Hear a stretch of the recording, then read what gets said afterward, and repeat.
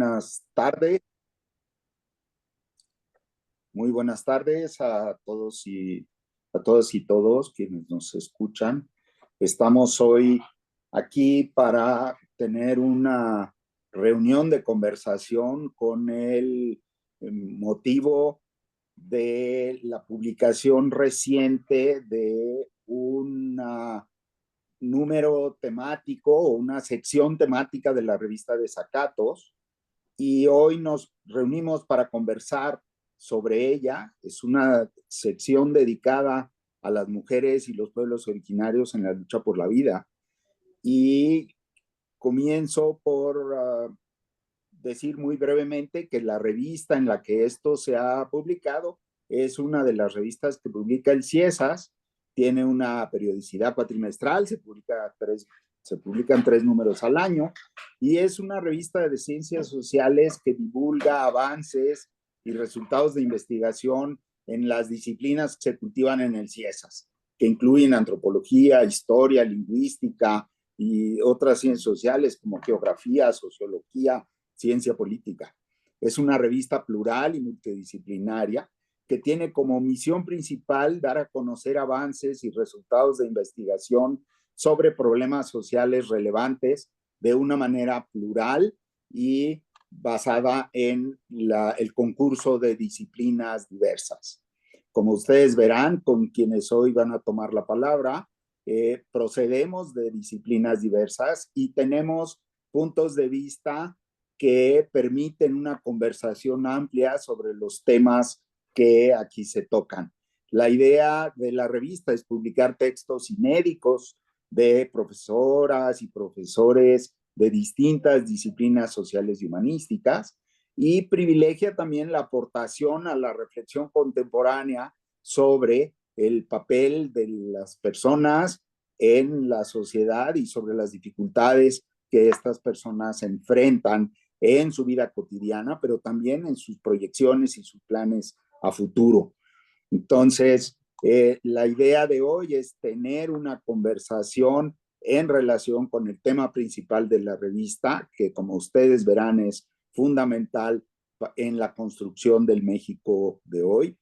Y voy a pedir entonces a nuestras colaboradoras que como primer paso se presenten a sí mismas como una manera de comunicar a ustedes quiénes son, qué es lo que hacen, de dónde vienen, cuál ha sido su trayectoria hasta el día de hoy, y después pasaremos a una presentación de los textos que han preparado para la revista.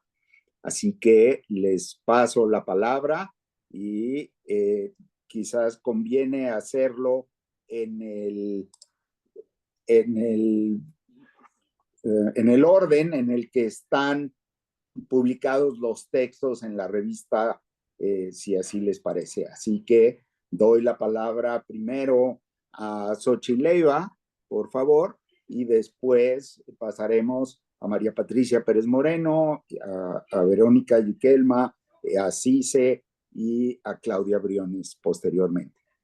Así que, por favor, Xochitl, adelante. Pues muchísimas gracias a todas, a Fernando, a la revista por darnos este espacio para compartir lo que hemos hecho colectivamente en un tejido de voces. Y soy Xochitl Leiva Solano, me defino como trabajadora de las ciencias sociales y activista altermundista. Y mi trabajo está sobre todo enfocado en lo que serían metodologías y teorías descoloniales, despatriarcales, que buscan encontrar un espacio dentro de la academia, pero también un sentido para la gente con la que trabajo. Y entonces esta revista significó para mí una oportunidad, primero de trabajar con estas colegas súper potentes con las que he compartido partes de mi vida, y segundo, juntas pensarnos los territorios, los cuerpos, las tierras en las que nos está tocando vivir. Pues muchísimas gracias. Paso la palabra a mi colega María Patricia. Ichas partila wotanik mololavesh de machanocoya y velotic ta incascal, bayel yutzilal teli giomok bastic ta tak optas nopel vinut ilyash pasiach tulantes ticualtej kuxlejaltik vinut ilyash lekuptes kuxlejaltej lumaltik. Buenas tardes a todos y todas. También agradezco a Fernando, director de la revista Desacatos, por esta oportunidad de estar en esta presentación, a mi colega Xochitl Leiva por también invitarnos a sumarnos en este frente de la escritura. Mi nombre es María Patricia Pérez Moreno, soy tzeltal del pueblo de Bachajón, municipio de Chilón, Chiapas, de la zona selva, de la región selva norte del estado de Chiapas. Pues bueno, aquí comentar un poquito que Bachajón es un pueblo que es resultado de la congregación pacífica, entre comillas pacífica, desde el siglo XVI, sin embargo, tiene una trayectoria importante. Actualmente congrega dos grandes pueblos, ejidos, que es San Jerónimo y San Sebastián Bachajón. En la región es conocida por la resistencia que ha establecido y mostrado en distintos tiempos, sobre todo su participación en el levantamiento de 1712, y además, pues todo el proceso, digamos, de liberación contra imposiciones del Estado, de la cuestión, digamos, del sometimiento por parte de la gente mestiza lacandona, las fincas, todo eso, pues es lo que ha mostrado a Bachajón como un pueblo presente, con mucha resistencia y sobre todo que está fortaleciendo su cultura, su lengua e identidad. Y aquí nada más en breve, pues comentar que mi línea de trabajo sobre todo tiene que ver con pues, la antropología, la sociología y en concreto en el estudio de en las investigaciones a partir de la lengua materna, que en este caso es el Batzilcoptzeltal, como un escenario en donde se construye, deconstruye y construimos conocimientos. Entonces, desde este lugar enuncio y indago y me pregunto y cuestiono la realidad que me rodea para poder plantear pues los nuevos conocimientos de los pueblos. Entonces, pues además de esto, pues mi participación continua desde la comunidad, desde los espacios de lucha cotidianos, con la familia, con la comunidad y con el pueblo en su totalidad a través de distintos pues colectivos, grupos de mujeres, de profesores y de jóvenes. Muchas gracias. Alli chishi, yupay chanchi, shinallata kayman kimichishkamanta, yupay chanchi kay revista Desacatosman, shinallata tukuy kaypi mashikuna tandarishkakunatapash. Bueno, hola con todos y todas. Soy Verónica Yuquilema Yupangi. Soy quichua puruá de Ecuador. Y bueno, en un primer momento agradecer mucho por este espacio de difundir el pensamiento que vamos escribiendo desde nosotros, desde las voces que durante mucho tiempo han sido silenciados y silenciadas también. Y pues bueno, brevemente comentarles, yo trabajo el tema de pueblos y nacionalidades desde el enfoque del derecho, pero también desde la sociología.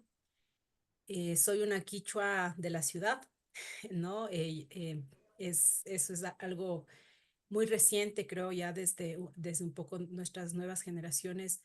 Hay varias generaciones que han nacido ya en la ciudad de pueblos y nacionalidades.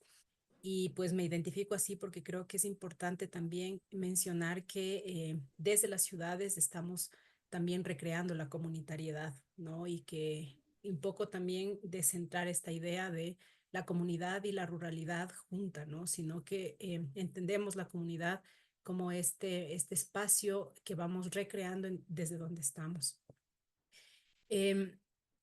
Últimamente me doctoré hace poco y bueno, uno de los temas que domino mucho es el pluralismo jurídico, pero ligado esto a un proyecto político que fue concebido acá en Ecuador, que lo llamamos el Estado plurinacional y la plurinacionalidad, y dentro de ellos un conjunto de principios y de horizontes epistemológicos y políticos que se han ido recreando y creando dentro del movimiento social, pero también dentro de las comunidades, de los pueblos y las nacionalidades. Entonces, es un poco a partir de esa vivencia y de ese pensar y sentir que queremos compartir también este artículo que compartimos ya en el artículo en la revista Desacatos, junto con mi hermano, que también es otra persona que está ligada al mundo comunitario, pero también académico, ¿no? Su nombre es Julio Yukile Mayupán, y quiero decirlo también porque creo que es importante, ¿no? Esta parcería, ese compañerismo a partir del cual surgió este trabajo. Muchísimas gracias.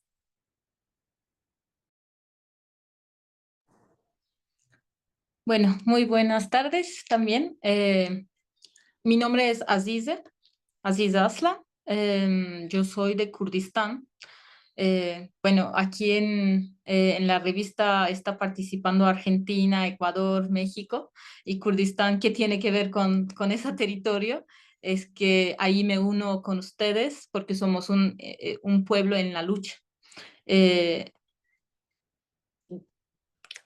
bueno, estamos en la lucha para la liberación de nuestro territorio, cual está, digamos, fue objeto de colonización de varios estados-naciones de Medio Oriente. eh, y esa, digamos, la situación colonial que se vive en mi pueblo, también es una situación de la división de territorio. Entonces, por eso que es un pueblo que desde que se fue fundado los estados-naciones en Medio Oriente busca liberación de su territorio, su identidad, su cultura, es decir, su existencia, ¿no? Entonces, yo nací allí y ahorita vivo en México desde 9 años. eh, pues circunstancias me trajo a México. Estoy contenta de vivir aquí, pero también estoy muy triste de vivir tan lejos de mi territorio, ¿no? Entonces, pero aquí hermanizando con otras luchas, con otros pueblos, con otras hermanas mujeres que están en la lucha, de verdad algo que me define, digamos, desde corazón, ¿no? Entonces, de ahí, ¿quién soy? Pues yo soy, bueno, kurda de Kurdistán, vivo en México, aquí estoy en la academia, trabajo en Instituto Mora, hago como investigaciones académicas como parte de mi lucha, parte de, digamos, que se contribuye, digamos, a esa lucha de liberación de mi pueblo. De ahí, pues, yo me he especializado a trabajar temas que tienen que ver con las demandas de esta lucha, como la autonomía, como un orden antipatriarcal para una sociedad libre del patriarcado, y pues la más tema que yo me he dedicado a investigar, a contribuir también como para construir en parte de nuestro territorio como economías, digamos, alternativas, economía anticapitalista, y pues ahí como que pues algo de estos temas, ¿no? Entonces de ahí yo me defino como que soy investigadora, pero es como, yo creo que eso es mi tercera identidad, podría ser, como yo creo que mi primera identidad es como todo del pueblo kurdo que el pueblo kurdo es un pueblo muy luchador, entonces yo por eso me defino como luchadora, ¿no? En cualquier territorio que estoy, soy parte de estas luchas. Así, gracias. Bueno, entonces me toca a mí. Buenas tardes, todas, todos, todes. Me sumo a los agradecimientos de las colegas, porque Xochi y Fernando nos han reunido en la revista, nos han reunido hoy y nos permiten conocernos y un poco pensar el volumen, pero también el 8M que se nos viene, ¿no? No casualmente habemos tantas mujeres aquí. Yo me llamo Claudia Briones, soy antropóloga. Desde hace 45 años trabajo junto al pueblo mapuche tehuelche. Desde hace 16 vivo en el Guaymapu, que es como ellos llaman a su territorio en la Patagonia Argentina, la Norpatagonia. Tantos años, a lo largo de estos años, y aunque formalmente estoy jubilada, lo que yo he tratado de hacer es entender y acompañar, ¿no? Cómo las comunidades y organizaciones de este pueblo van afrontando diferentes desafíos y van generando sus propias iniciativas, ¿no? Pero justamente en ese mismo camino, lo que también fue pasando ¿no? Como un cambio de énfasis, no solo ya analizar sus procesos de producción cultural y organización política, sino sobre todo dar cuenta de cómo la formación argentina de alteridad, ¿no? Fue generando y sigue generando y también traicionando políticas indigenistas de por sí bastante escasas y timoratas, ¿no? Y esto tanto desde el Estado provincial o los estados provinciales como desde el Estado federal. Un poco esos son los marcos que también hacen sentido de la contribución que quise hacer a este volumen. Gracias.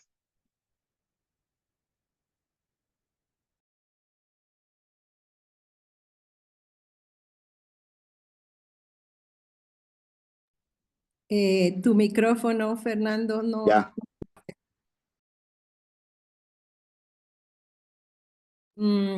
Se vuelve a poner. sí, ya.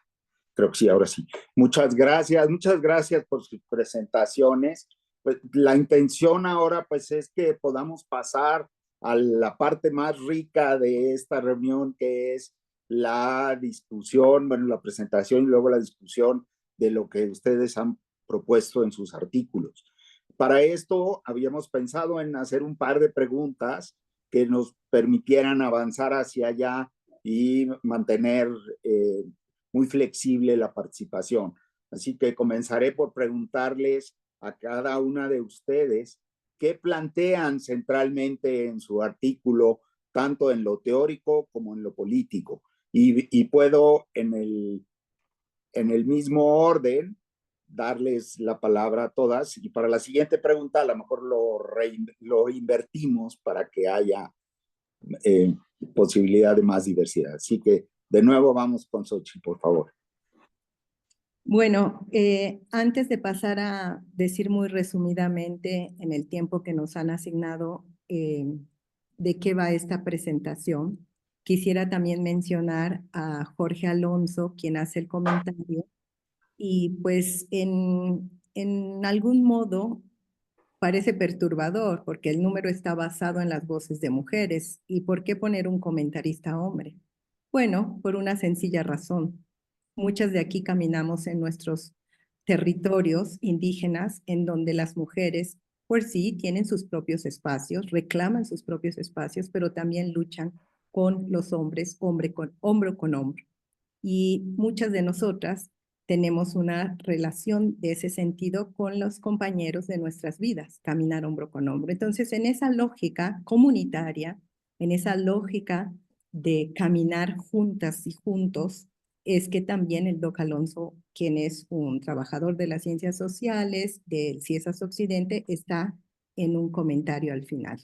Ahí dejo eso para que él no quede sin presentación y paso a decir que cuando imaginamos este número, la verdad es que nunca pensamos, aunque las preguntas originales es cómo se dan las luchas por la vida en tu territorio, qué papel juegan las mujeres pueblo, llamo yo. Las mujeres pueblo, que son aquellas que no tienen solamente la política de mi cuerpo es mi territorio, sino tienen la política de lo que la Xinca Maya, Lorena Cabnal, feminista de base comunitaria, nos ha enseñado a nombrar como tierra, cuerpo, territorio, territorio, cuerpo, tierra. Ese territorio, cuerpo, tierra, le daba sentido a toda la estructuración. Y entonces, ¿cómo hacer? Fue el primer reto para mí que me tocaba hacer la presentación.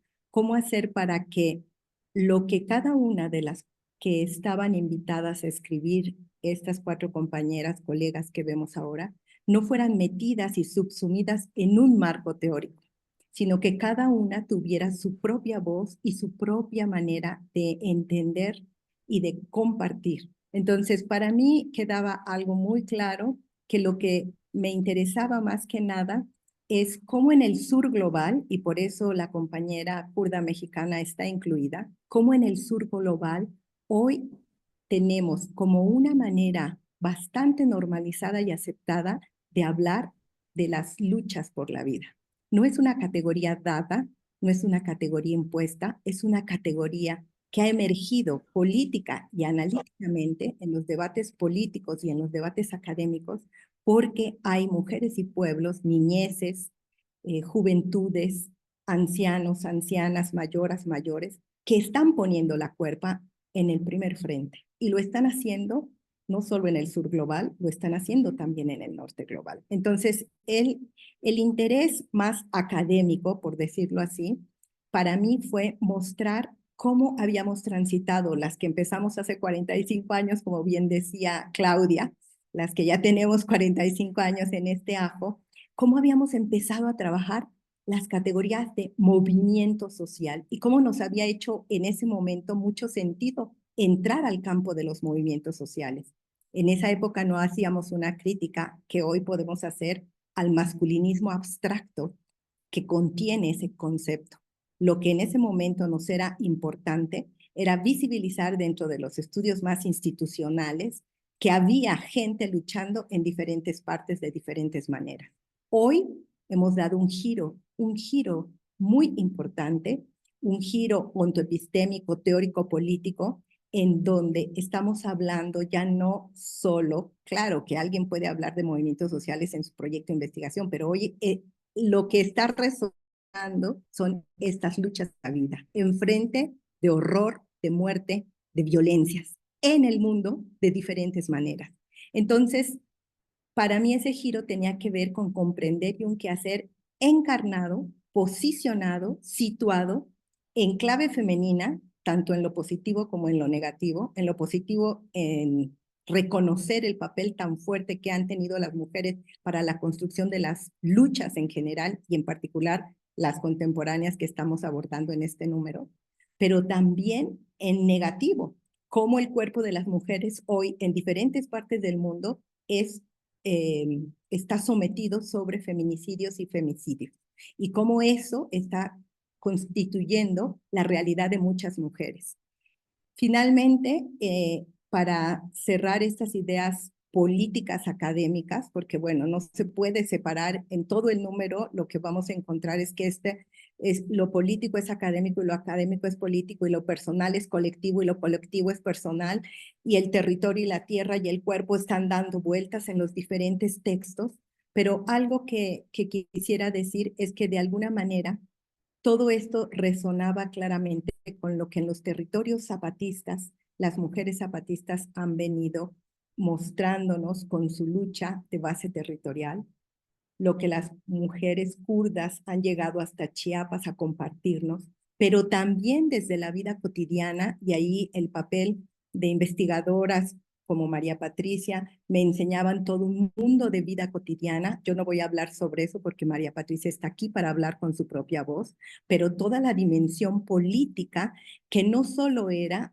una forma de hacer política. Y entonces ahí entraba yo claramente en toda la discusión sobre cómo hoy la defensa es del cuerpo, de la tierra, del territorio, de la vida, del pluri y del multiverso. Y ahí posicionaba todas estas aportaciones, cada una en su gramática y cada una con su potencia. Finalizo diciendo, la forma en que hablamos de las mujeres a lo largo de este número es muy diferente a una sola manera teórica, feminista, política. Y eso es para mí la riqueza de la diversidad en medio de las condiciones de múltiples formas de guerra que hoy nos están asolando, desde el nivel familiar, el nivel comunitario, organizacional, regional, macrorregional y mundial. Entonces, ¿cómo hacer frente a todas esas violencias con creatividad, con fuerza interior y con una propuesta de todas las que estamos aquí y las que no están aquí, que le hable al mundo y que le permita sentir, pensar y hacer de otra manera? Ahí me quedo, con esto cumplo mi tiempo y agradezco profundamente su escucha. Muchísimas gracias, Xochitl.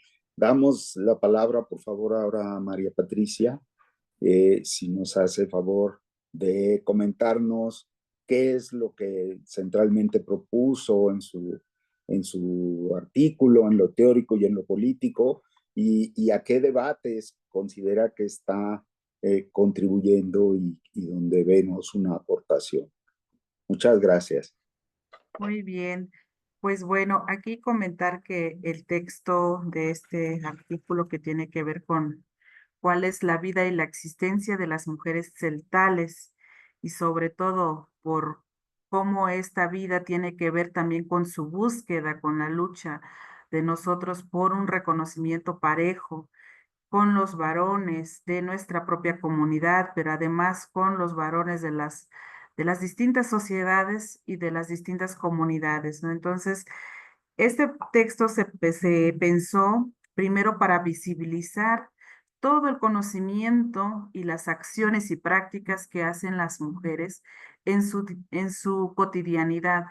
¿Por qué? Porque muchas veces pensamos o visibilizamos más la parte de las luchas que se hacen en puestos de participación política, que no estoy diciendo que no sean importantes, totalmente son muy importantes y valiosas, también en lo académico, pero también hay otras mujeres que están haciendo las cosas todos los días y que llevan a la reproducción de la vida y que son conocimientos que están ahí y que ellas no se dicen estoy luchando, ¿no? Por la vida, sino que en su actuar cotidiano lo están haciendo en su familia, lo están haciendo en la comunidad y por el pueblo mismo, por la existencia de los diversos pueblos originarios que tenemos en México y en el mundo, ¿no? O sea, las mujeres están haciendo este trabajo y muchas veces pues no las reconocemos.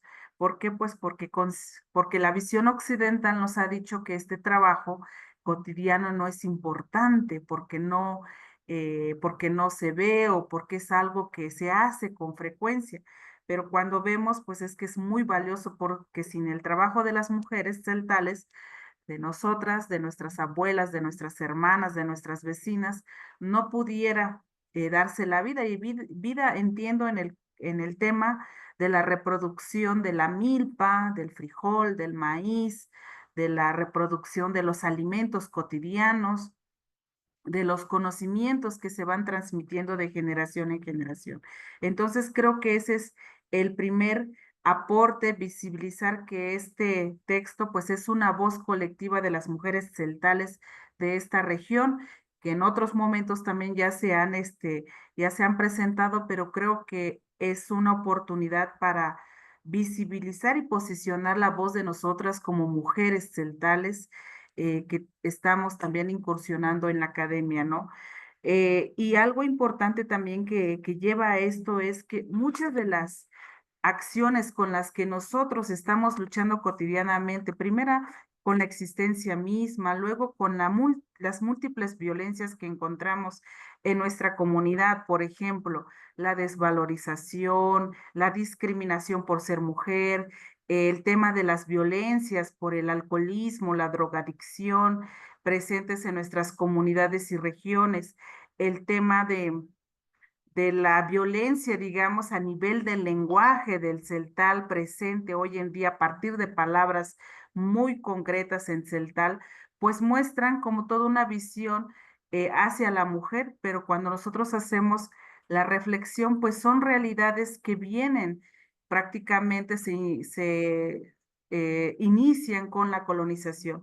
Y lo digo así porque, de acuerdo a los estudios que tenemos hoy en día, es que se había dicho que el patriarcado era un sistema universal, que estaba en todas las sociedades. Sin embargo, pues lo que encontramos es de que estudios actuales nos están mostrando que el patriarcado no puede ser universal, o sea, no ha estado en todas las sociedades, tiene un punto en donde emerge y eso es en la sociedad occidental y que se trae y se impone, se implanta con la colonización. Entonces, ¿cómo con la colonización empieza todo una manera de concebir a las mujeres?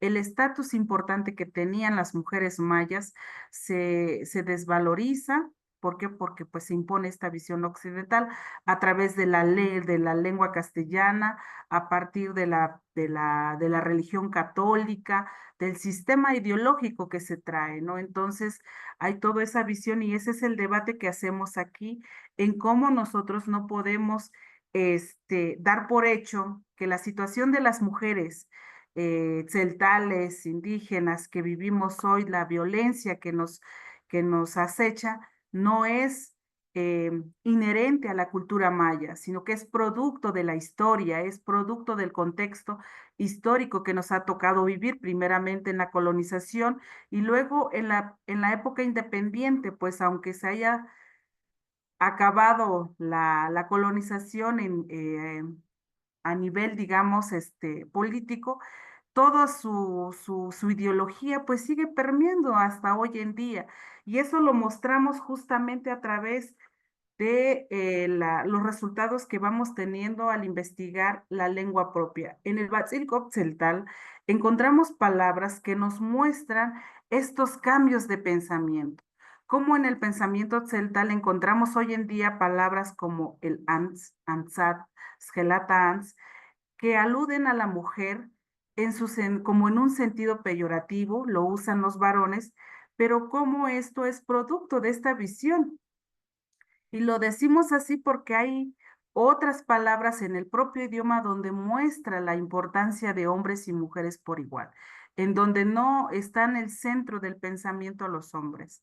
Entonces, este es uno de los temas que traemos aquí y cómo también la lucha en contra de todas estas fuerzas que nos oprimen, nos invisibilizan y discriminan, se están haciendo pues justamente desde la casa, desde la comunidad, desde los cargos comunitarios que se están desarrollando en la región, a partir pues primeramente de la formación que van teniendo las mujeres en distintos talleres, en distintos espacios de reflexión colectiva, tanto internas como con actores externos, por ejemplo, con la misión de Bachajón, con los centros de derechos humanos, que van sumando a entender la situación de las violencias que vivimos y cómo se pueden transformar, pero este cambio se está buscando en conjunto y de la mano con los compañeros hermanos celtales. No se hace solamente desde la mujer distanciándonos, alejándonos, no, sino que es un proceso de reflexión y de lucha de la mano. De ahí, pues justamente esta búsqueda de reconocimiento parejo entre hombres y mujeres celtales, donde realmente se pueda materializar esta filosofía presente en nuestro idioma del Humpajal Otanil o del Humpajal Kicheltik Tamuk, que es entre hombres y mujeres. Entonces, estamos como retomando la filosofía propia de nuestros pueblos para abonar a esta búsqueda del reconocimiento parejo, de la transformación de las violencias. Las violencias hacia nosotras ya no puede seguir porque en nuestro pensamiento las mujeres ocupamos un papel importante, al igual que los varones. Presenten palabras, por ejemplo, en Tut Achish Keremetik, en Meil Tatiletik, en Answiniketik, que son palabras en donde incluye a mujeres y hombres por igual. Entonces, este es como el aporte en términos generales del texto, de mostrar entonces la participación de las mujeres y de su lucha desde la propia familia con sus parejas en los distintos cargos que van teniendo. Muchas gracias, María Patricia. Paso ahora la palabra a Verónica, por favor. Bueno, muchísimas gracias. Quisiera empezar mencionando que el título del artículo que compartimos en la revista de Zacatos es el Suma Causa y el movimiento indígena y el Estado-Nación ecuatoriano. Como lo había mencionado antes, este artículo surge de el pensamiento y el sentimiento, también diríamos, de dos quichuas puruáes que han vivido en la ciudad, pero que a pesar de ese desarraigo que se da, ¿no? De haber salido de la comunidad a la ciudad y de todo ese proceso de colonialismo, de clasismo, también de machismo que nuestros cuerpos han vivenciado. Em, Estamos, ¿no es cierto?, ligados a un proyecto político eh, que no surge en el siglo pasado, sino surge justamente antes de los propios procesos de colonización. Entonces, quiero como reivindicar este hecho, puesto que muchas veces este desarraigo hace que también perdamos el horizonte de hacia dónde va esta lucha por la vida que mencionaban las compañeras Xochitl y también la compañera María Patricia, ¿no? Entonces, en ese contexto, ¿no es cierto? Este artículo surge a dos voces, junto a mi hermano, que ha estado trabajando muy de cerca de una de las organizaciones más importantes y más grandes del país, del movimiento indígena ecuatoriano, que es la CONAIE, la Confederación de Nacionalidades Indígenas del Ecuador, y, y que a partir de esa vivencia, de acompañar ese proceso político y también la mía de la vivencia más cotidiana y también desde los espacios políticos, hemos podido experienciar, ¿no es cierto?, cómo este proyecto político que surge en los años 70, 80 del siglo pasado, retumba, ¿no es cierto?, en el año 2008 con el inicio de una nueva constitución del Ecuador. Y ahí los postulados del summa causa, el postulado del Estado plurinacional y la interculturalidad se vuelven como ejes centrales, ¿no es cierto?, de esta lucha que el movimiento indígena ha venido, sobre todo, visibilizando desde los 70 del siglo pasado. En su principal, este artículo, como les mencioné, consolida algunas ideas surgidas a partir de lecturas que hemos hecho sobre el proceso histórico de lucha del movimiento indígena representado por la CONAIE, y también de comprender y analizar la realidad contemporánea, ¿no es cierto?, que los pueblos, que las nacionalidades hemos venido llevando en contra, ¿no?, de este sistema, de esta estructura colonial, capitalista. Y también creo últimamente, ¿no es cierto?, la CONAIE y el movimiento indígena como tal ha traído también a colación la lucha antipatriarcal nación moderna. Para el artículo, para lograr esta idea, ¿no es cierto?, hemos analizado textos que abordan de forma histórica y desde una visión política el concepto del agi summa causae, ¿no es cierto?, que es un poco la visión o el concepto epistemológico que surge de los pueblos quichuas del Ecuador, ¿no? Y este concepto del summa gagi causae, ¿no es cierto?, lo hemos analizado tanto desde la perspectiva de las comunidades originarias, cuanto también por parte del Estado y los distintos gobiernos que han liderado este país a partir del año 2008. Como les había mencionado, este concepto del summa causae como tal, no del agi summa causae, ¿no? Surge o resuena ampliamente tras el proceso constituyente que ocurrió en el Ecuador a partir del año 2007. En ese marco, ¿no es cierto?, conceptual, podemos decir que en el artículo mostramos que el summa causae tiene una visión diferenciada entre lo que significa para los pueblos originarios y lo que significa para el Estado. Y bueno, hay otros actores más que también le han ido dando contenido a ese concepto, ¿no es cierto?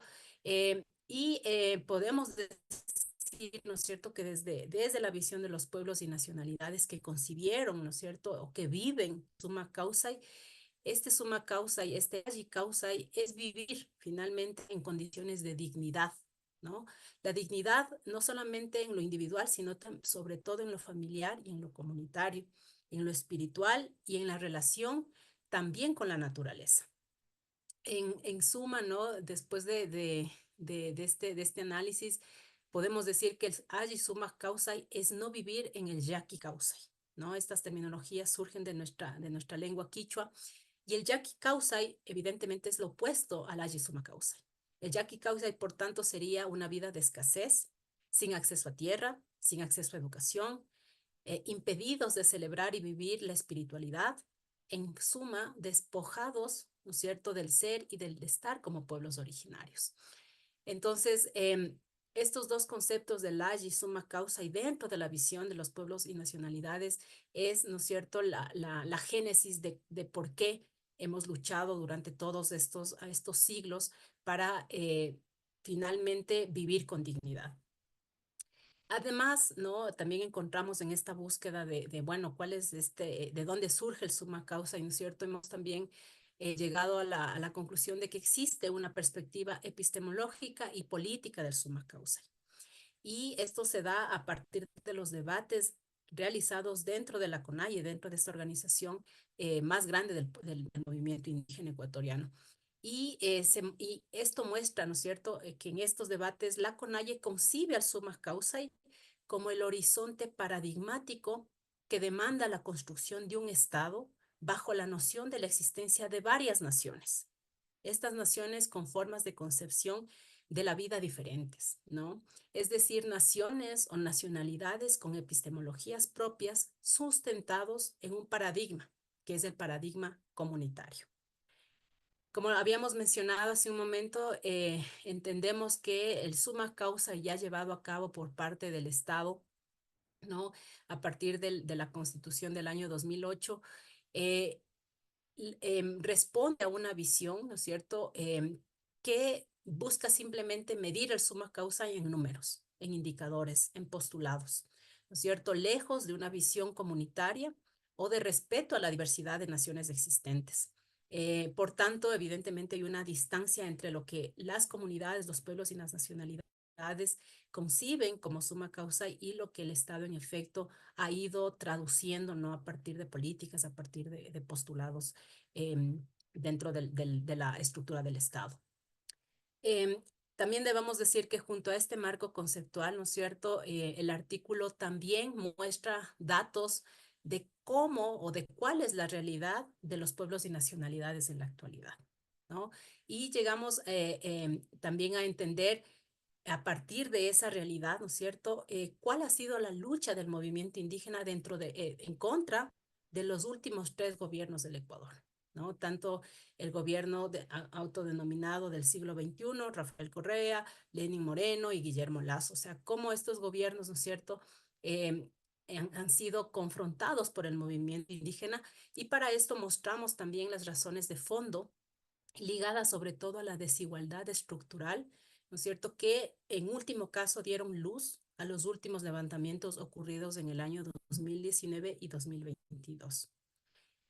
Como parte de este análisis, ¿no es cierto?, de datos, concluimos, ¿no es cierto?, que ninguno de los gobiernos, ya sea que son de corte progresista o abiertamente neoliberales, han buscado consolidar el summa causa, la plurinacionalidad o el comunitarismo como una apuesta real de cambio de paradigma.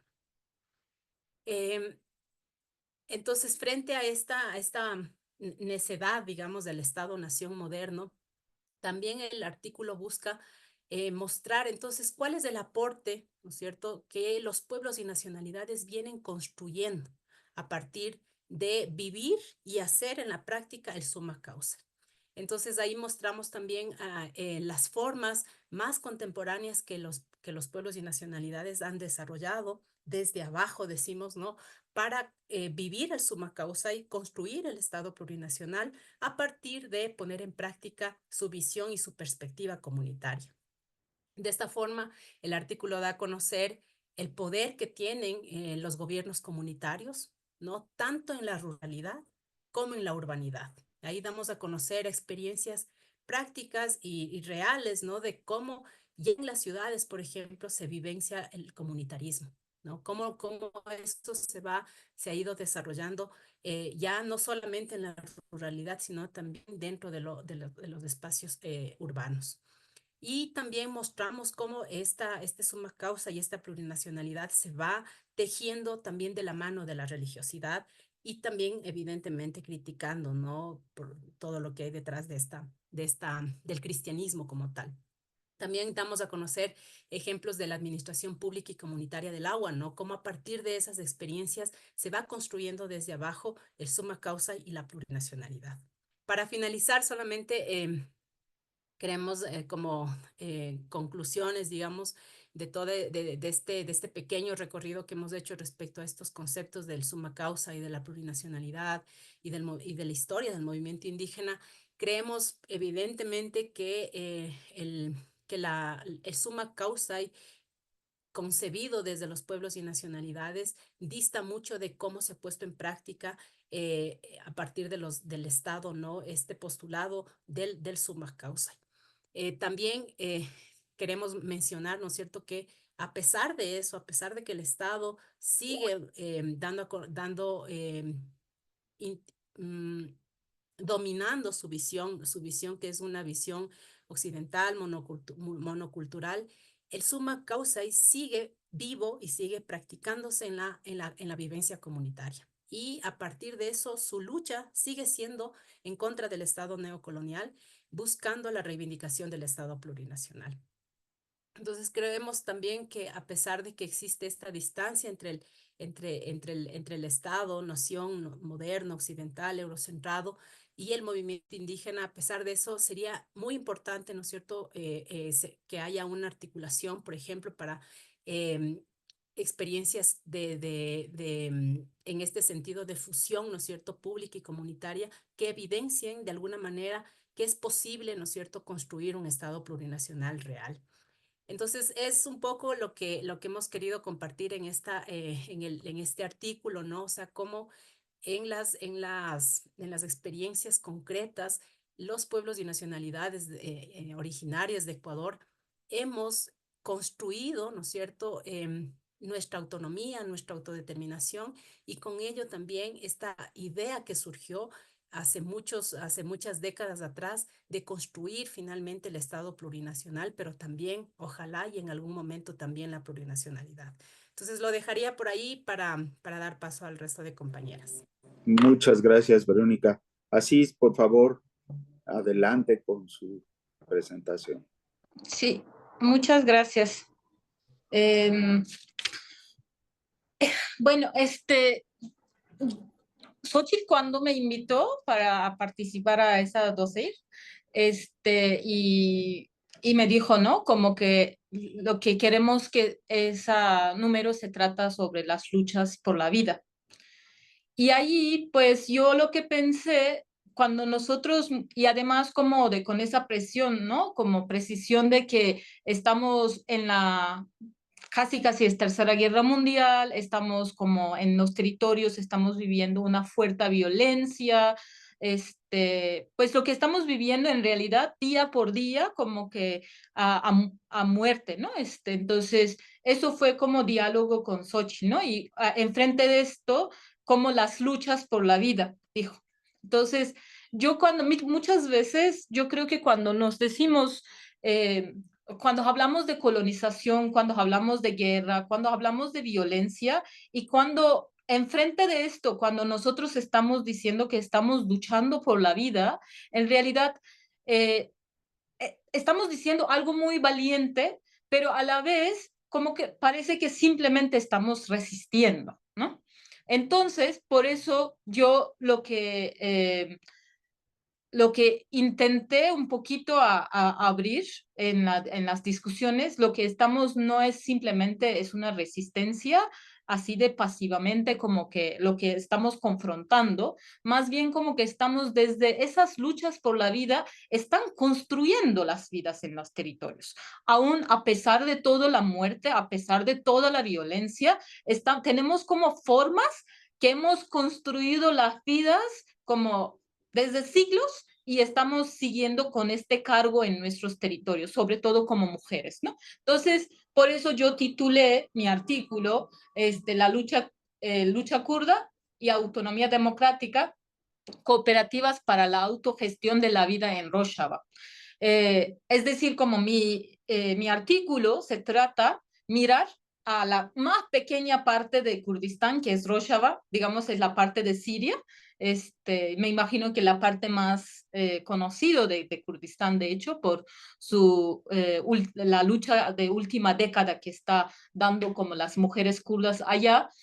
Y también, pues eso, como lo que nosotros entendemos de construir vida, en realidad es buscar una autodeterminación sobre nuestras vidas, ¿no? Y construir, poder a gestionar nuestras vidas. Entonces, por eso como que yo pues intento un poquito mirar en realidad lo que estamos construyendo, ¿no? Bueno, tiene que ver como pues mi tesis doctoral y que pues es la de pues lo que venía de trabajando, digamos, estos temas, ¿no? Entonces, un poco el artículo resume todas mis investigaciones de que hice en doctorado, pero a la vez como que para mí no es solo investigaciones, lo que he vivido como kurda en Kurdistán, bajo de toda esa violencia, pero a la vez como parte de como nuestra lucha, cómo he participado a esa construcción de las cooperativas, economía anticapitalista, etcétera, ¿no? Entonces, de ahí pues trata un poquito, digamos, el artículo.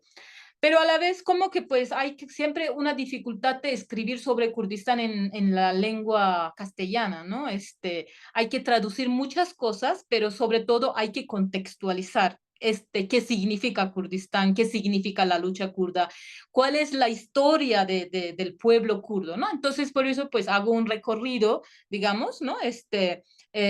Justo como de esa, cuando decimos Kurdistán, es que nosotros empezamos a hablar de división, colonización y empezamos a hablar de resistencia, ¿no? Entonces, un poquito en las primeras partes de, digamos, la escritura trata de ubicarnos a Kurdistán dentro de estos conceptos de división, colonización y resistencia, ¿no? Entonces, ¿cómo se ocurren, digamos, todos estos malos y buenos de la parte de este territorio, ¿no? Entonces, hago pues una historia de cómo se fue que el pueblo kurdo se quedó sin reconocimiento en el territorio que donde vivía desde miles de años como un pueblo originario de Medio Oriente que siempre fue como reconocido en la historia, pero cuando forman estados-naciones, de repente es un pueblo negado, ¿no? Es un pueblo que ni siquiera le dan derecho de existir culturalmente, ¿no? Y entonces, pues de ahí, pues, que viene el pueblo que, digamos, somos 40 millones, ¿no? Tampoco somos pocos que se pueden, como no somos una minoría, por ejemplo, en Medio Oriente. Por ejemplo, es muy importante entender esa parte que, pues, el artículo, pues, enfoca porque no somos una minoría, por eso no estamos haciendo tampoco esos de derechos de minorías, no estamos buscando en la lucha es como de un reconocimiento como minoría de parte de Estados-naciones, ¿no? Estamos buscando algo más que es la liberación de nuestro territorio de esas como órdenes coloniales, ¿no? Y de ahí, pues, lo que hago, pues, pero que entonces la siguiente pregunta siempre me parece es importante para todas las luchas y para la lucha kurda es muy importante, pero cuando nosotros estamos diciendo la liberación de territorio, ¿qué significa esto?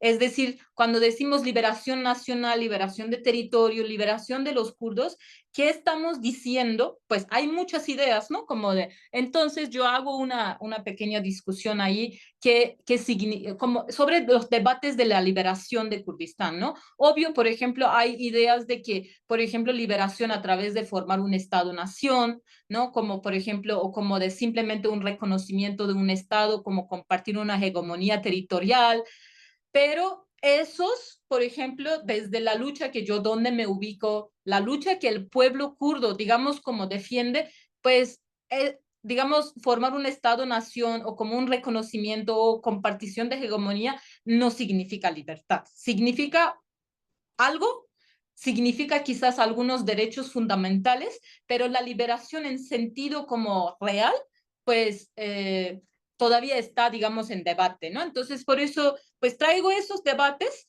y ya pues como desde nuestra lucha de la liberación, pues cómo estamos entonces definiendo a nuestra liberación. Digamos, el pueblo kurdo, ¿qué quiere? ¿No?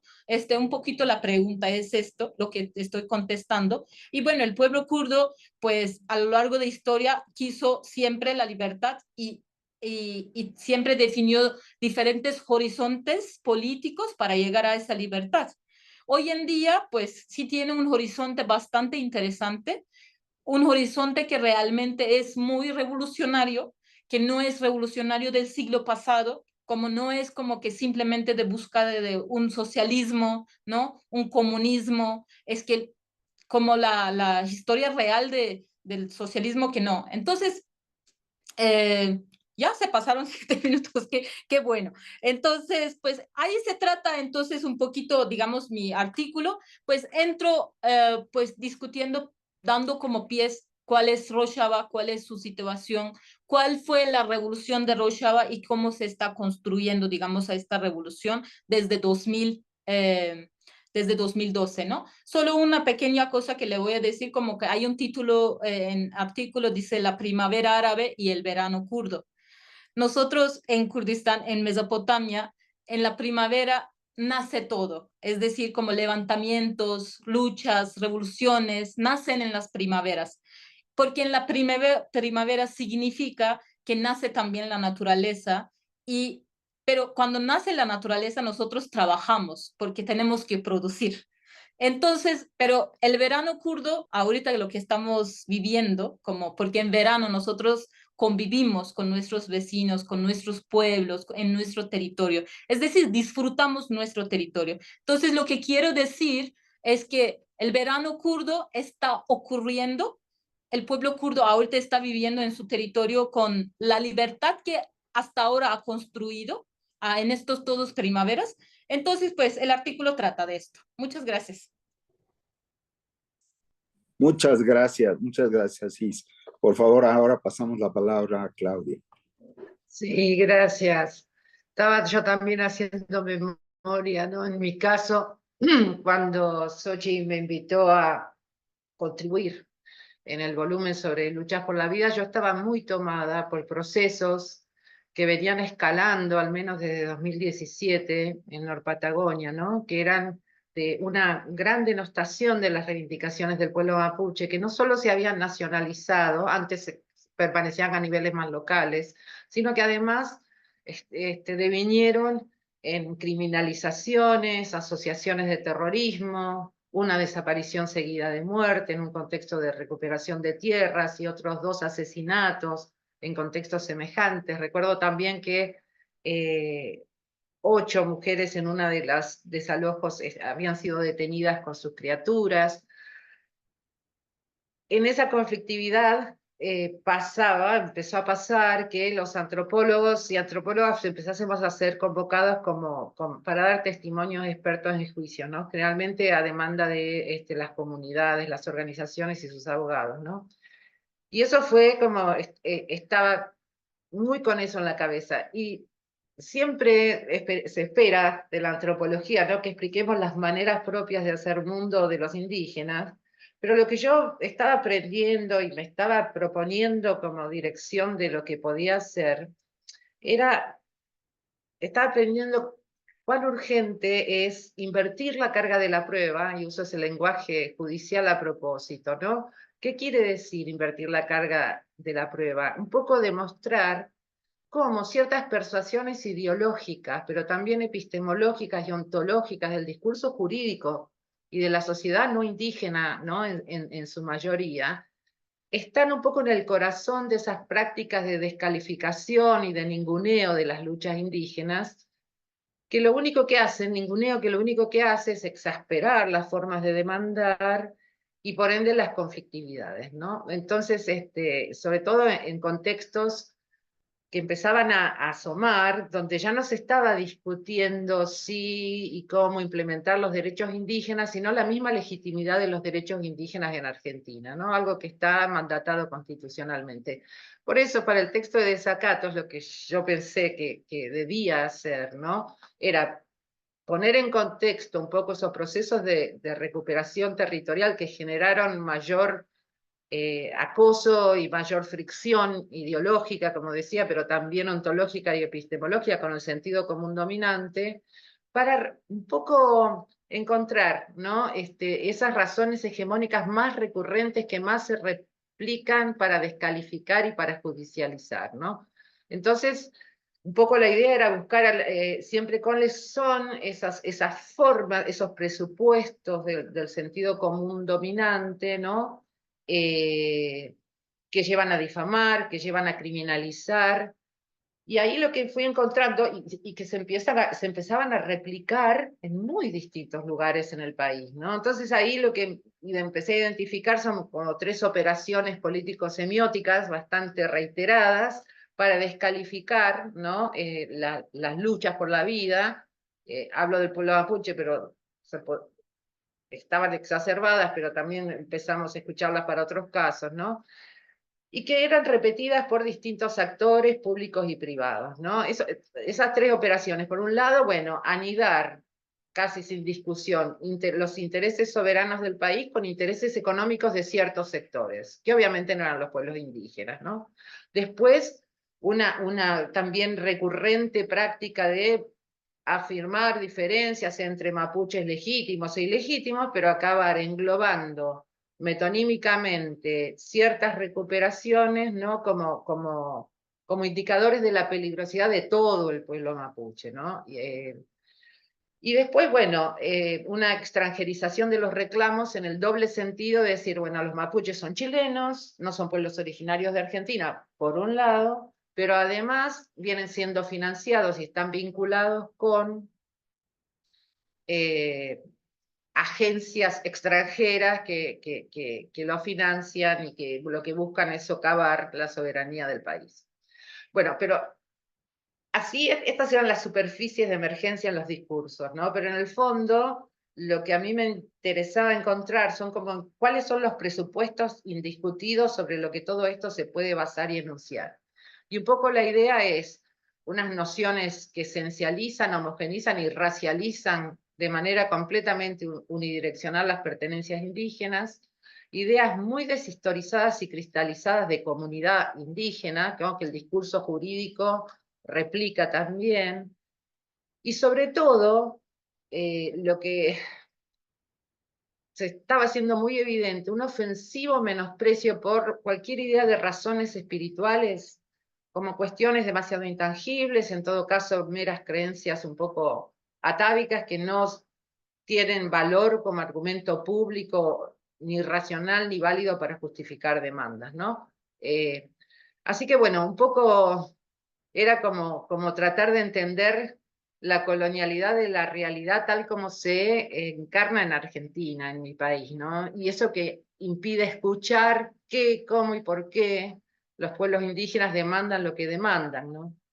Y bueno, un poco hacer eso, en ese momento para mí, pensaba que podía ser una forma de contribuir, ¿no? A habilitar espacios de intercambio y convivencia un poco más justos y plurales, ¿no? Tratando de horadar, diría, esos discursos tan horripilantes. Gracias. Muchísimas gracias. Terminamos con eso, una ronda de participaciones de todos, de todas. Quizás convendría ver si tenemos algunas preguntas del público. Aquí hay una que dice que lo siguiente: en el encuentro de resistencia y rebeldía convocadas por las y los zapatistas en diciembre de 2024, las jóvenes zapatistas hablaban de cómo la lucha de las mujeres dentro de la organización habían hecho posible lo que se veía imposible. En las luchas de los pueblos originarios sobre las que han escrito, ¿qué transformaciones encuentran ustedes o destacarían ustedes que han propiciado la lucha de las mujeres? Es una pregunta para todos, así que si quieren,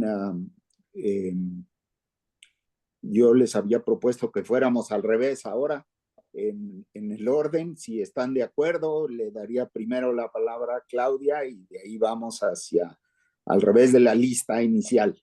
Adelante, por favor, Claudia. Sí, cómo no, gracias, Fernando. Bueno, yo diría que a la par de procesos de recuperación de tierras, ¿no? Que son como las formas más evidentes de lucha en estos momentos en Patagonia, donde se va hombro con hombro, como decía Sochi, ¿no? En Argentina, por ejemplo, si pienso en el movimiento de mujeres y diversidades indígenas por el buen vivir, el aporte que ellas han hecho y siguen haciendo a tomar conciencia de la crisis climática a través de su idea de terricidio es fundamental. Articulando procesos, ¿no? Para ellas, cuando hablan de terricidio, a veces en la academia hablamos de antropoceno, pero para ellas es terricidio porque involucra genocidio, feminicidio, ecocidio y epistemicidio, ¿no? Y ese es uno de los muchísimos aportes que yo podría mencionar. Instalar en el debate público otra manera de pensar las cosas, ¿no? Lo dejaría ahí, podríamos seguir, pero seguro mis compañeras tienen muchas más cosas también que decir. Muchísimas gracias, Claudia. Pasamos la palabra entonces a Cis, por favor.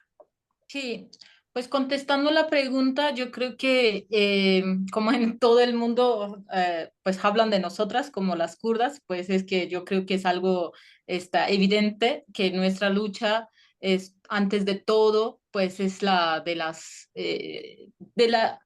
que las mujeres definen la lucha, cuál es el horizonte, cuál es, digamos, el proyecto político de esta lucha, ¿no? Entonces, en este sentido, yo puedo decir que, por ejemplo, sí, la participación de las mujeres a la lucha es un fase, pero cuando las mujeres se convierten también sujeto adentro de la lucha, donde se hacen como unas transformaciones antipatriarcales desde dentro de la lucha, y ahí empiezan a cambiar también la lucha. Entonces, por eso a mí me parece la manera de hacer política como las mujeres kurdas hemos logrado, por ejemplo, cambiar el horizonte de nuestra organización, a nuestro pueblo, como construir, decir como, por ejemplo, hasta como que llegan a todos que pueden decir que, por ejemplo, que si las mujeres no son libres, pues la sociedad no puede ser, ¿no? Entonces, eso es como un principio que todo mi pueblo asume como es la de, digamos, objetivo de lucha. En ese sentido, yo creo que en nuestra lucha, pues,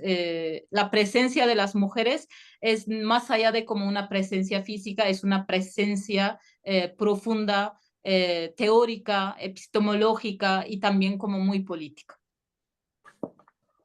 Muchísimas gracias. Así pasamos ahora a Verónica, por favor. Sí, yo quisiera ahí aportar, digamos, con una respuesta bastante simple y que creo que el aporte de las compañeras, y ahí mi visión siempre es no solo de las compañeras, sino de los compañeros también, es en el sostenimiento de la vida como tal.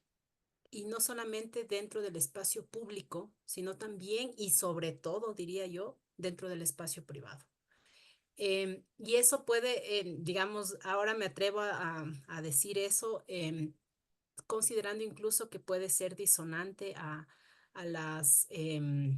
a los discursos que dominan respecto a la lucha de las compañeras mujeres, ¿no? A nuestras luchas.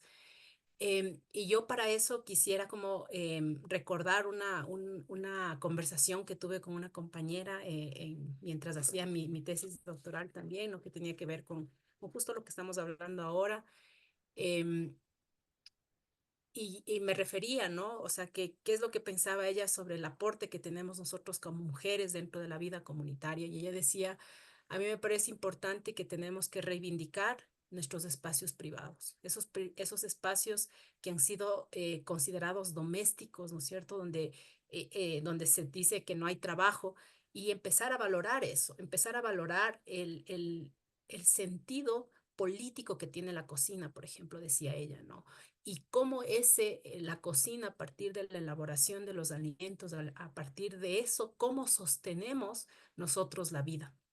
Entonces, creo que para mí ese es el gran aporte, o sea, el aporte que desde estos espacios públicos y privados, las compañeras seguimos haciendo, seguimos dando, seguimos aportando y sosteniendo la vida, y que desafortunadamente, y quizá ahí está ese desafío también, ¿no es cierto?, demostrar cómo esos espacios eh, considerados privados, ¿no es cierto?, empiezan a tener esa valorización, el valor real que tiene, ¿no es cierto?, como espacio político real y como espacio epistemológico de construcción de la vida, de sostenimiento de la vida, de reproducción de la vida misma. Entonces, diría un poco por ahí el aporte de cómo, ¿no es cierto?, cómo esto incluso puede irnos transformando, yo creo, en esta visión de una lucha en contra de todas estas intersecciones de violencias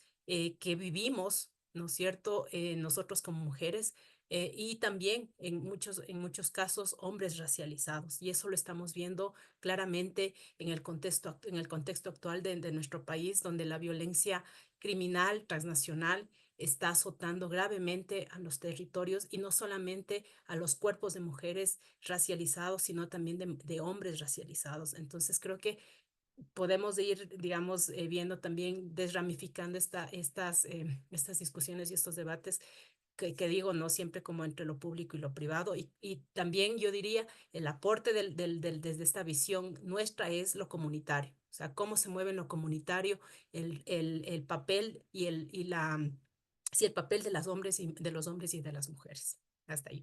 Muchas gracias. Muchísimas gracias. Por favor, ahora María Patricia.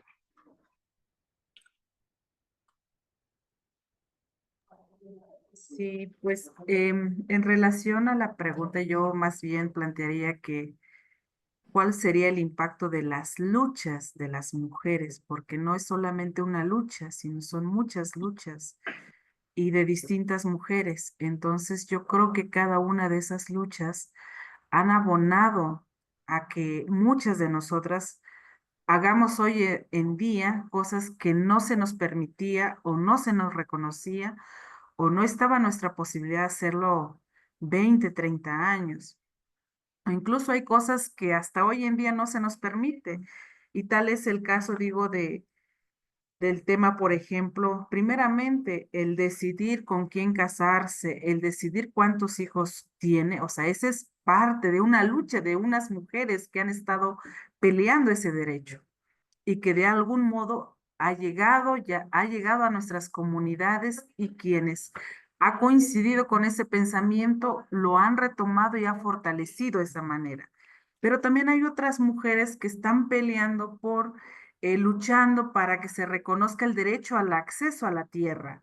Y este pensamiento, también esta lucha, ha llegado a la comunidad. Y desde ese pensamiento también en conjunto con el pensamiento del Jumpa Halich el Damuk es que las mujeres estamos peleando a que se nos reconozca primeramente, pues el derecho a que nuestros papás, nuestras mamás, nos puedan dar un pedazo de tierra, no solamente a los varones, sino también a las mujeres. Y eso en algún contexto está haciéndose posible, haciéndose realidad. El tema de accesar a la educación, que a lo mejor puede ser como nota ya como algo normal, pero para muchas de nuestras comunidades sigue siendo un reto en que las niñas vayan a la escuela, que confíen en las familias y la propia comunidad en que las niñas pueden salir, tienen la capacidad de estudiar, y yo creo que ese es otro tema que se ha ido como ganando y por la cual estamos aquí nosotras y otras más compañeras que estamos escribiendo, estamos dando el discurso, compartiendo la palabra de nuestras demás compañeras. El hecho de ocupar cargos públicos también es parte de esta lucha. Pero claro, o sea, no ahí es que se resuelve el problema. Sabemos que también ocupar los puestos no garantiza que realmente estemos tomando decisiones, que hay mucho que hacer porque las estructuras que invisibilizan, que discriminan, están dentro de las estructuras también de las instituciones y de las prácticas sociales. Entonces, yo creo que esos son como los elementos en la lucha de las mujeres, por ejemplo, desde la diócesis, los cargos comunitarios y eclesiásticos, también permea esa manera en cómo las mujeres quieren caminar o queremos caminar al lado de nuestros compañeros celtales. Entonces yo creo que definitivamente las múltiples luchas de las mujeres en todos los espacios está permeando, está llegando, pero también la lucha que estamos dando desde el territorio, del reconocimiento mismo de la vida, creo que también está contribuyendo a esto. Gracias.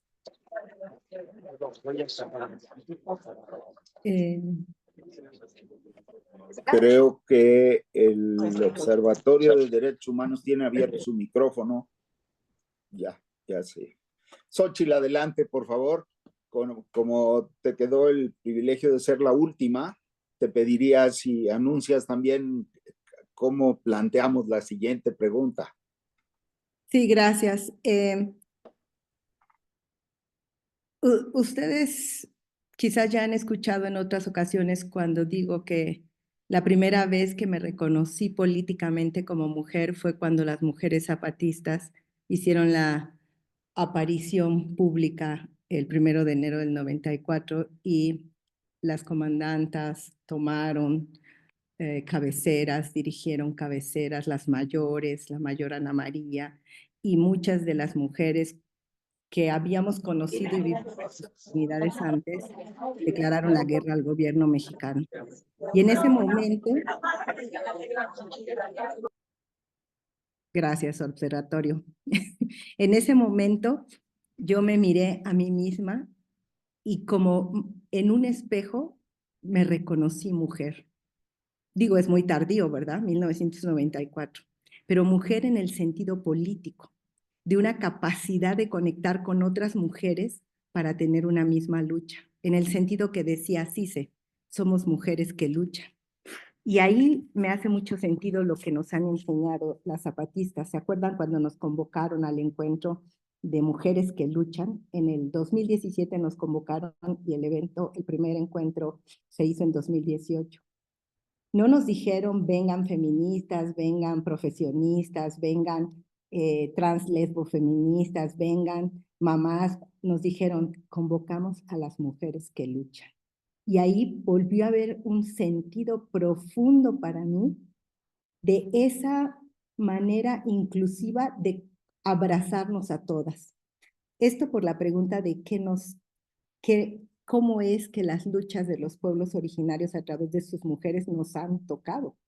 Entonces yo dije, mujeres que luchan, wow, ahí entramos casi todas. Alguien dijo, bueno, no todas porque habemos trans, lesbo, feministas, queer, identidad en transición, poliamorosas. Y bueno, le dije, pero si te identificas con la defensa de los derechos de las mujeres, ahí también cabes. Entonces ese fue un segundo momento para mí y con lo que he ido aprendiendo muy lentamente y ya en una juventud muy tardía, porque pues yo no empecé muy temprano la politización de mi vida, ahora me atrevo siempre a poner en los desplegados mujeres que luchan, diversidades sexuales y feministas para ampliar el espectro de lo que podemos hacer alianzas y podemos caminar juntas. Y por supuesto, en Mujeres que Luchan se encuentran esas mujeres con las que María Patricia nos ha platicado hoy, que ella vive y trabaja. Y ahí están todas esas kurdas que están en esa construcción de esas cooperativas que nos ha hecho saber la compañera Asise, y están todas esas mujeres de las diferentes nacionalidades en el Ecuador, y están todas esas diversidades que habitan la Patagonia, que es para muchas de nosotras el Puelmapu. Y entonces creo que ir caminando con las compañeras, escuchándolas, con la mayor humildad, que no es nada sencillo ser humilde. Suena muy bonito ser humilde, pero es súper complicado ser humilde en términos no solamente epistémicos, sino también de vida. Y entonces asumir que está uno en un permanente aprendizaje y desaprendizaje es lo más duro que me ha pasado en mi vida. Y eso se lo debo a las compañeras, a los compañeros, a las compañeroas, a las niñeces, a las juventudes, a los mayores, a los ancianos y a todos que luchan por esas formas dignas de vivir. Gracias, Fernando. Muchas gracias, Xochitl. Pues ahora convendría pasar a pensar un poco más en el momento actual. Entonces, gracias a una pregunta que había sugerido Xochitl, les preguntaría yo cómo harían más explícito hoy para quienes nos escuchan el papel que han jugado las mujeres y el que tienen que jugar el día de hoy en las luchas, tanto de defensa de la vida como ustedes han expuesto, como en en la manera en la que este trabajo que ustedes hacen nos lleva a pensar y a analizar las luchas y los movimientos sociales desde otras perspectivas. Volvemos, bueno, ahora dejaría yo más bien quién quiere comenzar y después vamos dando la palabra a los demás.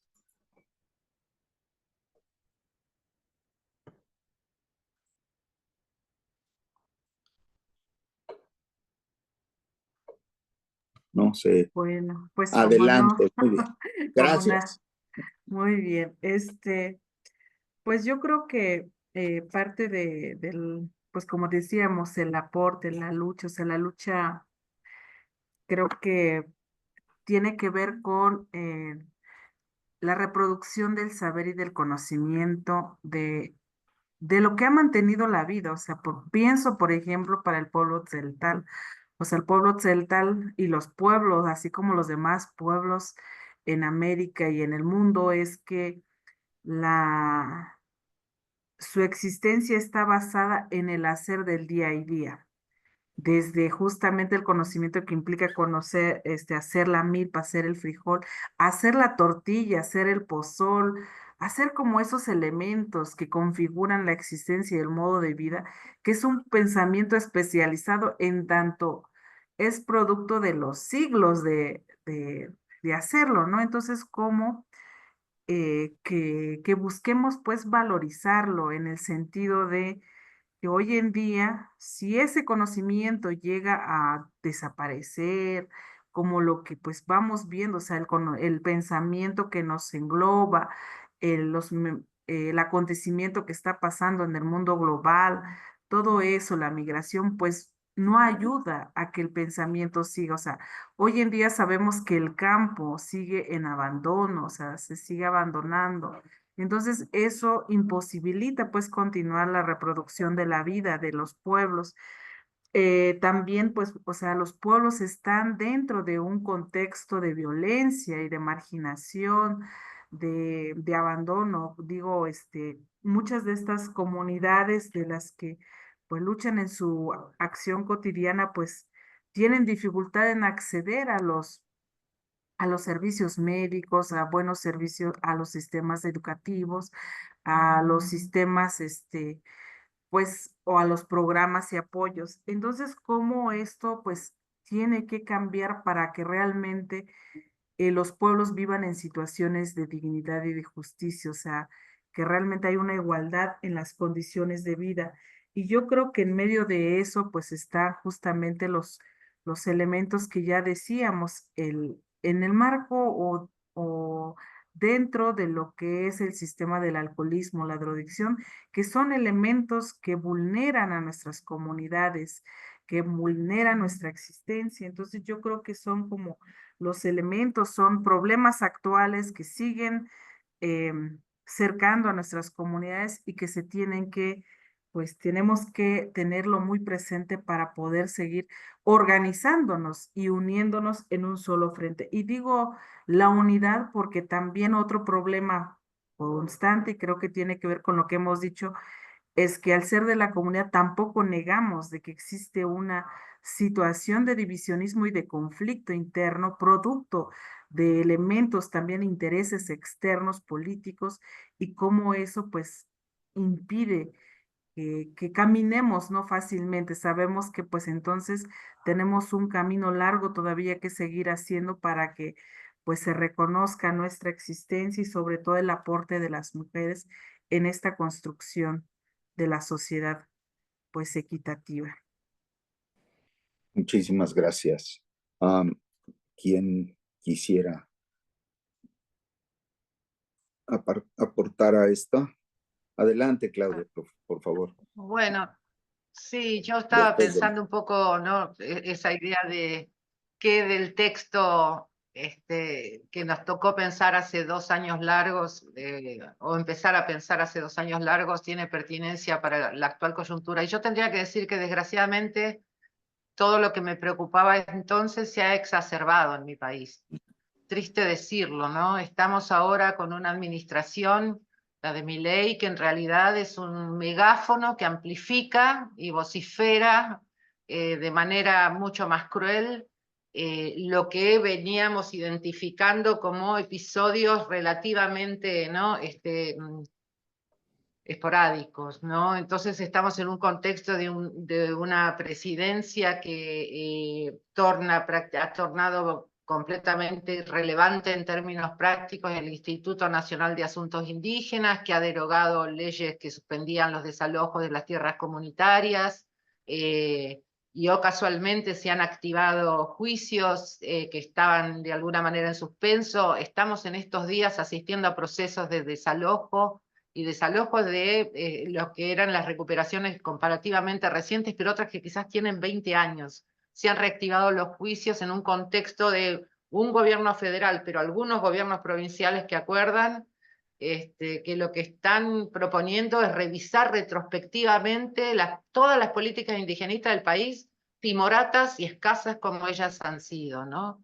Las acusaciones de ahora de terrorismo buscan implicar concretamente a los mapuches en incendios que se han multiplicado en la región y que la mayor parte de los casos clarísimamente tienen que ver con la crisis climática, y esto ha sido la excusa para allanar diferentes comunidades. Hay otra también en prisión preventiva por ahora, y esperemos que esto quede ahí, pero no sabemos si esto queda ahí, ¿no?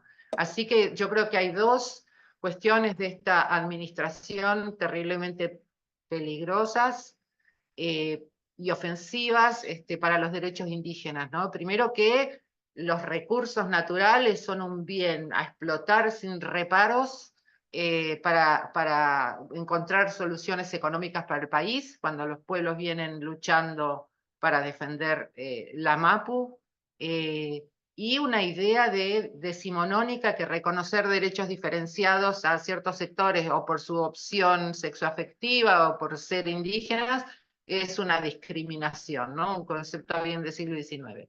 Así que en realidad diría que me he quedado corta. Ahora ya podría sumar, desgraciadamente, amplificaciones de estas operaciones y de estas incomprensiones, y bueno, en un contexto de un aumento de las conflictividades, sin duda. Muchas gracias. Verónica, por favor, adelante.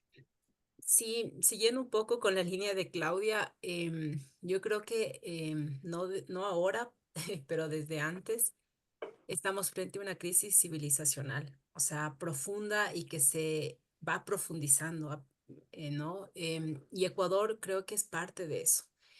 Em, los últimos, yo diría, 3 años, quizá los años post pandemia, han sido bastante difíciles para no solamente los pueblos y nacionalidades, sino sobre todo para las clases empobrecidas en general, ¿no? En donde estamos, evidentemente, los pueblos y nacionalidades.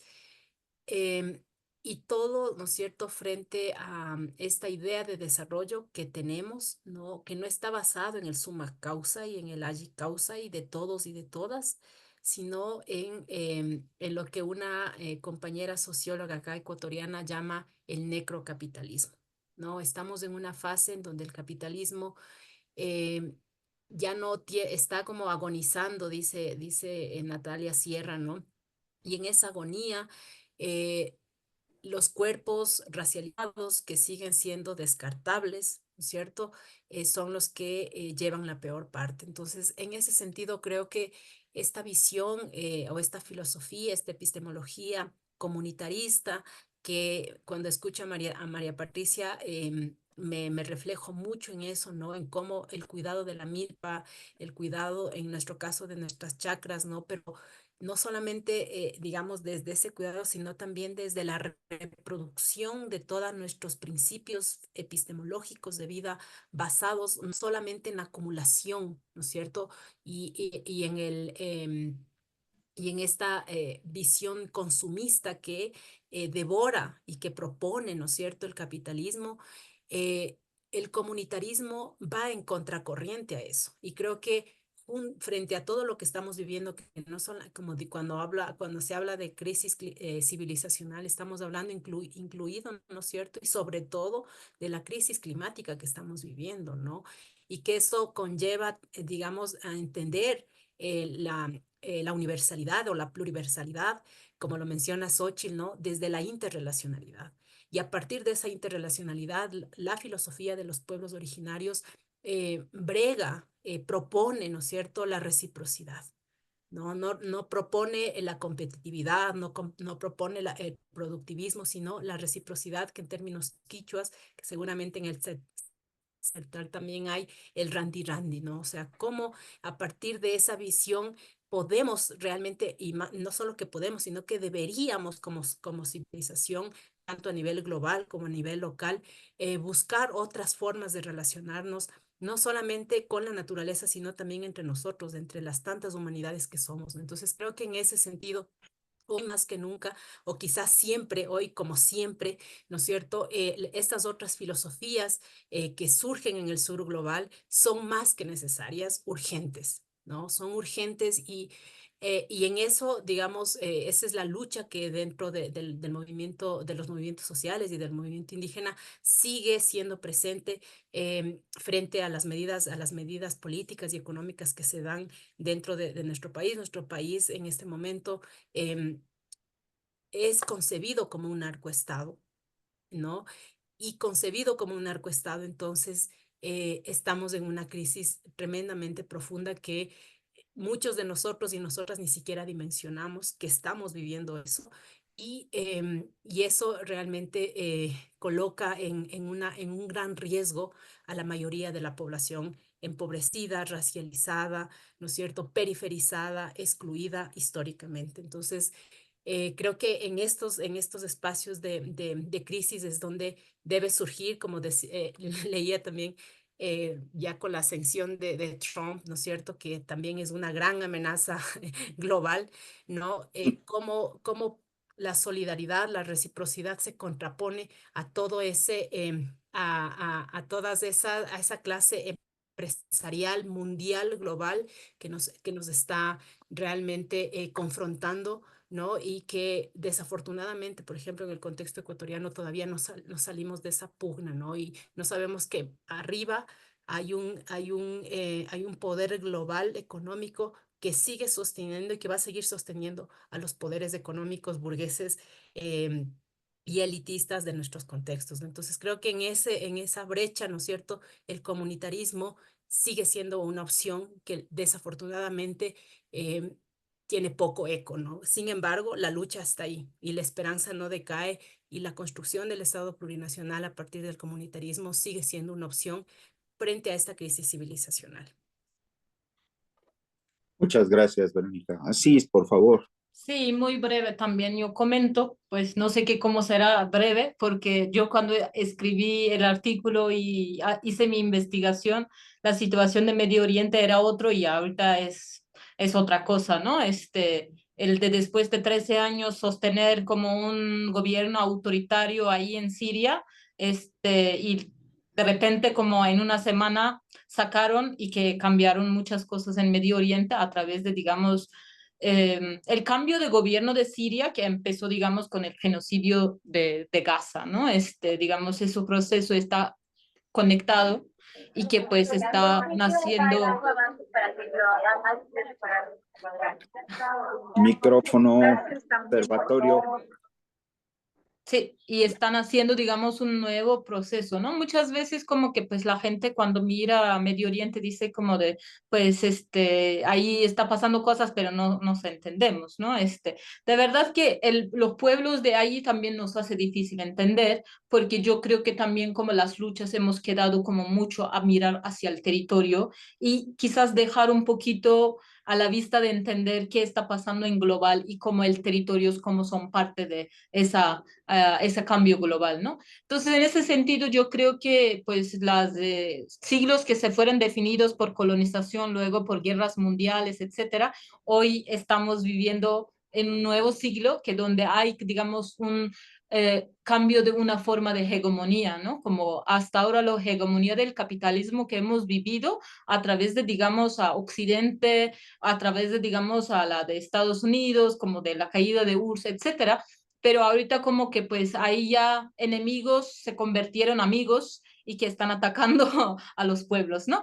Entonces, como digo, la Rusia y Estados Unidos nos parece interesante, ¿no? Ahorita que se están ahí como haciendo acuerdos de paz y que estaban a difundir paz para el mundo, pues ahí entonces nos toca pues vivir a esa situación muy fuertemente en nuestro territorio. Digo, como que el texto que yo escribí, yo creo que todavía sirve hoy en día entender la de cómo el pueblo, cómo se organiza, cómo se autodetermina su vida, pero también bajo de estas formas cómo va a contestar, ¿no? O por qué, por ejemplo, está atacado, digamos, así de fuertemente, digamos, el pueblo kurdo. Entonces yo creo que ahí están los elementos, ahí está la historia, es historia que es, digamos, digamos, tiene continuidad en ese futuro que vamos a vivir, ¿no? Conjuntamente en nivel global. Sí, gracias. Muchas gracias, Asís. Xochitl, por favor, adelante. Sí, haciendo eco de lo que las compañeras decían, las colegas, cuando empezamos con esto, con este texto, no es casual que es una de las puntas álgidas de el avance del crimen organizado y la narcoguerra en Chiapas, cuando viene esta posibilidad de poder impulsar este número. Y no es que hoy se haya acabado, para nada, simplemente que ha habido un recambio de gobierno a nivel federal y a nivel estatal que ha establecido estrategias en donde la población empieza a cuestionar si es una estrategia de fondo o es una salida que solo permite un respiro, pero el crimen organizado y el contubernio entre diferentes niveles del Estado y del gobierno no terminan de disolverse y transformarse. Entonces, el sentido, el eco que tenían las luchas por la vida venía mucho de las luchas que están dando los diferentes pueblos. Por ejemplo, voy a hablar del movimiento en defensa de la vida y el territorio, Modevite, que es parte del movimiento del pueblo creyente, que es diferente del movimiento zapatista, pero que lo mismo clama contra el alcoholismo y la violencia contra las mujeres en el inicio de su movilización, que hoy no a la megacarretera que se impulsa entre Palenque y San Cristóbal. Alguien podría pensar, viéndonos desde fuera del planeta Tierra, ¿cómo es posible que los pueblos no quieren una carretera? Pues claro que es posible en el sentido de que han recibido el impacto de muchos megaproyectos en donde obviamente hay dudas y hay cuestionamientos muy profundos a cuáles han sido los beneficios hacia los pueblos. Entonces, con esto quiero decir que las elecciones en Ecuador, en donde el papel de la CONAIE es importante, lo seguimos con cuidado, escuchamos a un líder que hace un cierre de campaña en donde pone no a su persona, sino al conjunto, a la colectividad que va levantando, pues como ya dijo Verónica, no la lucha ni siquiera de los 70, la lucha incluso antes de la conquista, dijo ella, de la colonización. Entonces, ver cómo se desarrolla la participación de la CONAIE en esa coyuntura electoral, en medio de toda esa situación que Verónica acaba de describir a detalle con la violencia, que no está desvinculada de la narcoviolencia mexicana y de los corporativos globales que operan en el mundo, en donde por desgracia el narco mexicano tiene un papel protagónico. El ver a nuestras compañeras del movimiento de mujeres y diversidades indígenas por el buen vivir en el Puelmapu, lanzando los SOS ante la violencia con la que se les ocupa sus casas, sus territorios, territorios que casi al tiempo que el zapatismo tomaba aquí la recuperación de tierra, las compañeras allá estaban recuperando sus tierras y han recreado comunidad a cuerpo de hijos, hijas, padres que van y ponen la cuerpa para decir este territorio no puede estar en manos de esas transnacionales y de esos capitales extranjeros con esos estados de diferentes colores, permitiéndolo, abriéndolo o incluso pactándolo. Entonces, ¿cómo tiene sentido todo esto?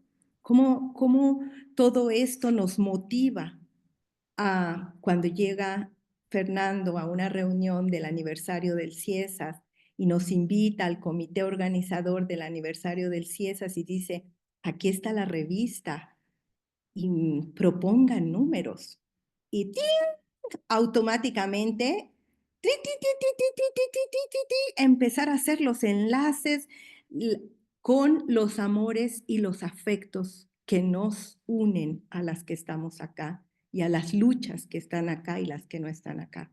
Entonces creo que, como ustedes lo han dicho, estamos en un parteaguas de un quiebre civilizacional, en una geopolítica que nos está obligando a todos a repensarnos, a todas, pero sin duda que la lucha epistémica y epistemológica que esta revista nos está permitiendo dar es real y estamos poniendo la cuerpa, la pluma, las tripas, el cerebro y todo lo que somos. ¿Para qué? Para decir aquí estamos. ¿Quiénes? Las mujeres y los pueblos. Gracias, Fernando. Gracias, compañeras. Pues yo les agradezco a todas. Es una lástima que Jorge Alonso no haya podido acompañarnos la tarde de hoy porque hubiera sido también un aporte muy importante para la discusión, como lo es su texto de comentario, que yo invito a todas las personas que nos ven que lean y piensen y discutan, porque es un aporte importante. Creo que tenemos ya casi 2 horas en esta presentación, en esta discusión, y a riesgo de aburrir a todo el mundo, que estoy seguro que no sería el caso, pero de todas maneras más vale ser previsores.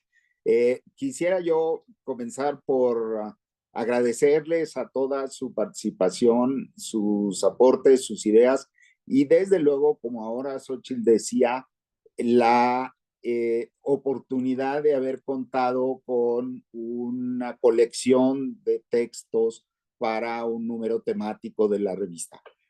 Desacatos, como les decía, es una revista que se publica cuatrimestralmente y cada número tiene una sección temática. Entonces, todas y todos están cordialmente invitados a proponer para la sección temática, pero también la revista contiene una sección que no es temática, donde recibimos artículos independientes de todas aquellas personas que estén dispuestas a contribuir al conocimiento y al trabajo desde las disciplinas sociales. La página de la revista, que es relativamente sencilla porque es el título de la revista, desacatos.ciesas.edu.mx, y ahí encontrarán no solamente la revista, el número actual, sino también los números previos, de manera que se pueden consultar, leer y descargar. Es una revista de acceso gratuito y ahí pueden también encontrar la forma en la que pueden proponerse números temáticos o proponerse artículos o enviar a la revista para ser considerados. Es una revista que tiene una cantidad importante de artículos que recibimos todo el tiempo. Es una revista que para fines académicos tiene todo un esquema de dictaminación que denominamos doble ciego. Es una revista que tiene una calidad académica y una difusión que siempre estamos en búsqueda de que crezca, pero que es importante, que llega a muchos lugares en donde estas ideas están presentes, y creo que vale la pena entonces difundir su presencia. Quisiera yo, antes de cerrar, pedirle a Xochitl si quiere concluir con algo, bueno, no solo a Xochitl, a todas ustedes, si quieren decir algo para ir cerrando esta presentación y esta interesantísima discusión. Adelante, Xochitl, por favor. Sí, les pido a todas, muy brevemente, cerremos en colectivo. Palabra colectiva, las zapatistas dirían el común, comunaltic, allá por otras tierras, pero esto del Doc Alonso, sí es cierto, por favor, se llama el texto Movilizaciones opuestas a estructuras de muerte y generadoras de florecimientos vitales, y es maravilloso porque yo que conozco hace 50 y pico de años al Doc, fue mi profesor en la maestría, son las centurias hace años. Es hermoso verlo hoy poner al inicio de su texto y en el centro de su texto a las mujeres, porque creo que el impacto también de las mujeres, empezando por su propia compañera de vida, ha sido muy importante en su formación política, intelectual y activista. Entonces, lean el texto, no se lo pierdan. Y ahora quiero agradecer a José Luis Vázquez, que es nuestro ingeniero técnico de la informática en CIESA Sureste, porque él ha hecho posible toda esta maravilla de conectar con la internet, y a nuestra colega Lola Cubels, que ha estado en el seguimiento del Facebook, del YouTube. Gracias, Lola, nuestra compañera del grupo de trabajo Claxo, que también ha hecho presencia, ella en Bolivia, pero es del país Valencia, y le agradecemos muchísimo que esté acá. Yo solamente me despido diciendo que no sea la última vez, compañeras, que seguimos y sigamos en el tejido de vida que hoy cuenta con nuestras compañeras de pueblos originales, de pueblos que luchan, y nuestras compañeras activistas y nuestros aliados estratégicos como Fernando y el Doc, para poder seguir caminando esta lucha epistémica, ontopolítica, teórica y ética. Ahí me quedo y paso la palabra a quien quiera, por favor, fluidamente cerrar con una vocecita, una palabrita. Adelante. Voy yo. Pues yo también pues quiero agradecer mucho a Fernando, a abrir ese espacio, a Xóchitl, animarnos de escribir, siempre es una persona así que empuja y empuja, entonces me parece como que sin Xóchitl yo creo que no, yo no lograría escribir a este artículo, porque me encontró en un momento de que donde había muchas cosas, ¿no? Pero agradezco mucho, me dio mucho gusto también compartir ese espacio con colegas, con compañeras, con las mujeres que luchan, y espero que es a lo que nos ponían las compañeras y los compañeros zapatistas, que podemos seguir construyendo en común.